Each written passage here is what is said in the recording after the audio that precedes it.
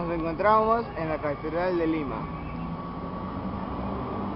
Bueno, en esta oportunidad yo les voy a hablar sobre el expresidente del Perú, Fernando Belaúnde Terry, el arquitecto demócrata.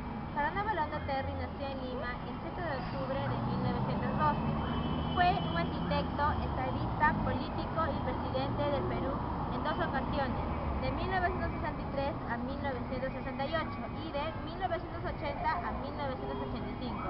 Nació en el seno de una familia aristocrática muy ligada a la política, hijo de Rafael Belaúnde Díaz-Canseco y de Lucila Terry García. Su bisabuelo, el general Pedro Díaz-Canseco Corbacho, había sido presidente interino en 3 ocasiones, y su tío, Víctor Andrés Belaúnde Díaz-Canseco, un destacado político. Asimismo, Fernando Belaúnde fue tío de los políticos Víctor Andrés García Belaúnde y Raúl Díaz-Canseco Terry, y del diplomático José Antonio García Belaúnde. Estudió en el colegio limeño La Recoleta, hasta que su familia fue exiliada a Francia en 1924, y ahí recibió toda su educación secundaria y preuniversitaria. Inició estudios de ingeniería en la Escuela de Electricidad y Mecánica Industrial de París, y en 1930 secundó a la familia en su decisión de instalarse en Estados Unidos. Estudió arquitectura en la Universidad de Miami y en la Universidad de Texas en Austin, graduándose en 1935. Posteriormente se mudó a México, en donde desempeñó como arquitecto por un corto tiempo. En 1937 regresó al Perú y fundó la revista El Arquitecto Peruano. Fue docente en el Departamento de Arquitectura de la Escuela Nacional de Ingeniería, hoy Universidad Nacional de Ingeniería, y brevemente en la Pontificia Universidad Católica del Perú. Acción Popular. El 1 de junio de 1956, Fernando Belaúnde presentó su candidatura presidencial por primera vez. Era un joven aristócrata y carismático, un catedrático de la Escuela de Ingenieros del Perú. Era apoyado en frente de Juventudes Democráticas, estaba integrado por discípulos suyos y por estudiantes de la Universidad de San Marcos. Su inscripción fue frustrada debido a la manipulación del gobierno de entonces presidido por el general Manuel A. Odría. Ante la negativa, se originó una enérgica protesta del naciente grupo en las calles de Lima. El Manguerazo. Belaúnde fue aclamado en la Plaza San Martín. En hombros de sus partidarios se cubre con la bandera del Perú. Ya las masas en ese momento se encontraban efervescentes. Entonces, un carro rompe manifestaciones, lanza un potente chorro de agua que no logra separar la turba. Frustrados por su impotencia, las policías arrojan una pesada manguera que derriba al naciente líder. De esa manera, el hasta entonces poco conocido arquitecto ganó portadas en los diarios y radioemisoras. El incidente fue bautizado como el Manguerazo y sería la partida de nacimiento de su partido Acción Popular. En mayo de 1959, Belaúnde fue arrestado cuando se disponía a inaugurar la convención anual del partido en Arequipa, que el gobierno no había autorizado. Internado en el penal de la isla de El Frontón, frente a la costa limeña, a los 12 días fue puesto en libertad, no sin antes intentar la fuga por mar a nado, lo que puso en cuestión el celo de Hitler. Elecciones de 1962 y 1963. En 1962, Belaúnde estuvo cerca de ganar las elecciones, siendo superado por décimas de puntos por el candidato del APRA, Víctor Raúl Haya de la Torre.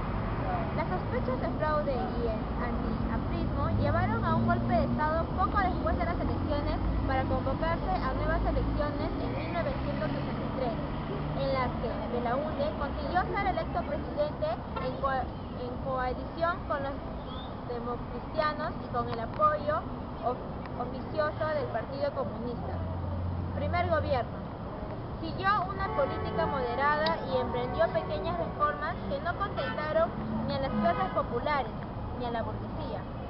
su trabajo fue obstaculizado por la posición de los partidarios del general Manuel A. Odría, agrupados en torno a la ultraderechista Unión Nacional Odrista y el APRA. Esto, unido a su propia indecisión, impidió la realización de importantes y urgentes reformas como la agraria. Durante su mandato se produjeron los levantamientos de campesinos y brotes guerrilleros que reprimió con el ejército. Asimismo, durante estos años se vivió una época de notable bonanza económica, que se reflejó en la realización de una serie de obras de infraestructura, carreteras, centrales hidroeléctricas, aeropuertos, etc., y de vivienda, además de una importante inversión en salud y educación, a las que se destinaron la proporción más allá con respecto a los gastos públicos de la historia del país.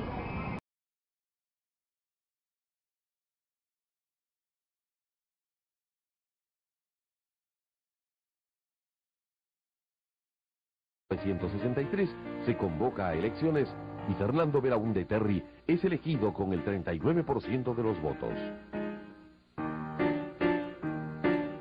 Belaúnde contaba con el apoyo de las Fuerzas Armadas y mantuvo una alianza con la democracia cristiana.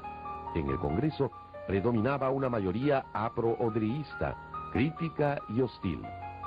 Belaúnde, aplicando la idea de la cooperación popular, impulsó la construcción de grandes obras públicas y restableció los gobiernos locales con las elecciones municipales.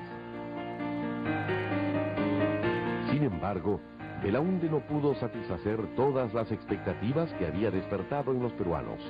Con los agobiantes problemas nacionales, como el de la reforma agraria y el petróleo, no hubo soluciones inmediatas.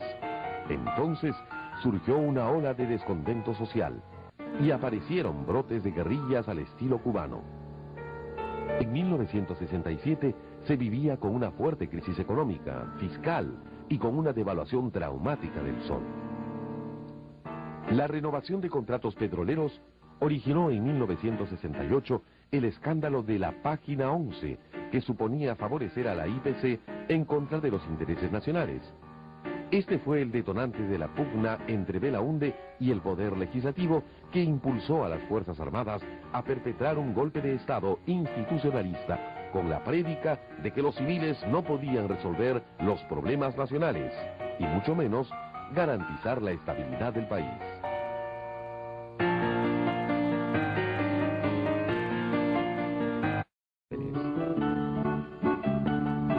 En el Perú, el gobierno de Belaúnde puso en marcha un programa de viviendas para la clase media, que tuvo un símbolo de modernidad en la residencial San Felipe.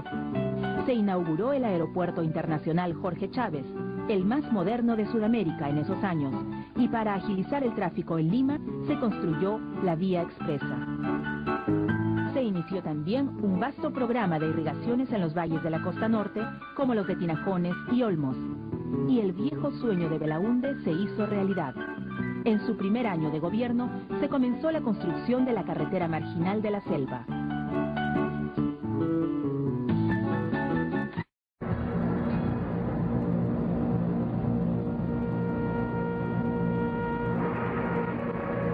Influenciados por la Revolución Cubana, aparecieron grupos de extrema izquierda en el Perú. En 1962, Hugo Blanco, un estudiante de agronomía, canaliza el descontento campesino con huelgas y ocupaciones de haciendas para parcelarlas entre los trabajadores del Valle de la Convención, en el Cusco. 3 años después, Luis de la Puente Uceda encabeza el movimiento de izquierda revolucionaria, MIRE. Su plan era destruir fundos y puestos militares para obtener el apoyo de los campesinos. En octubre de 1965, el ejército cercó a los insurrectos en la zona de Mesa Pelada y puso fin a la asonada guerrillera.